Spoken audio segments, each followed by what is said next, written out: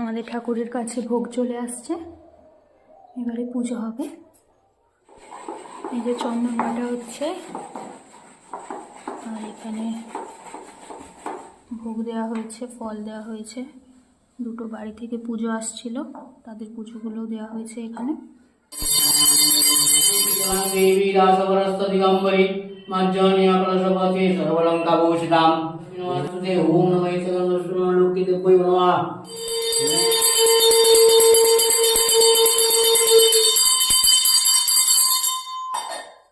আমাদের পুজো কমপ্লিট। এই যে এখন ঘরটা বন্ধ করে দেওয়া হচ্ছে, কারণ ঠাকুর, এটাও নিয়ম। কি খাবে ঠাকুর? ভোগ দর্শন করবে। পুজো কমপ্লিট হয়ে গেল আমাদের, এবারে চাঞ্জল খাওয়া হচ্ছে।